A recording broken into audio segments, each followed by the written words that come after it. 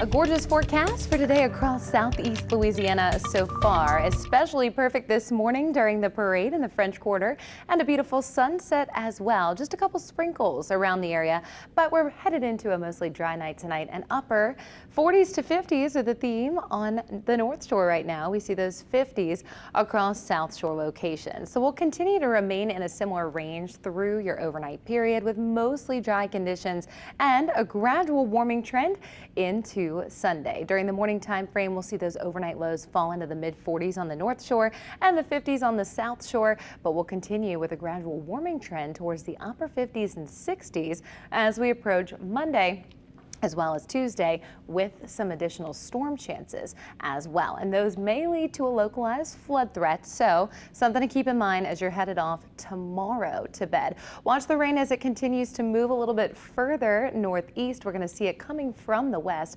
heading into tomorrow. Most spots on the South Shore primarily dry. North of the lake, closer to the Louisiana-Mississippi border, we'll see some additional heavy rain. But really, the big threat starts to present itself in the overnight hours on Sunday into Monday. So you might want to think about parking your car on some higher ground, especially in the metro. Likely going to see that restriction on neutral ground parking lifted. And this will continue into the early commute time frame. So it might be a bit of a sloppy beginning of the week in terms of your commute itself. We'll head towards lunchtime with additional unrelenting downpours, so something to keep in mind as you are planning out the start of your week accordingly. And then even into the afternoon time frame, still a few lingering storms. So for that reason, we could see between 2 and 4 inches in rainfall amounts. And of course, we'll be updating all of this as we get a little closer. Then a quick break, which will be much needed at that point before another round of rain on Tuesday. Before we have quite the flip and transition on your weather pattern by Wednesday. So we'll start to watch a cold front approach our area heading into the middle of the week.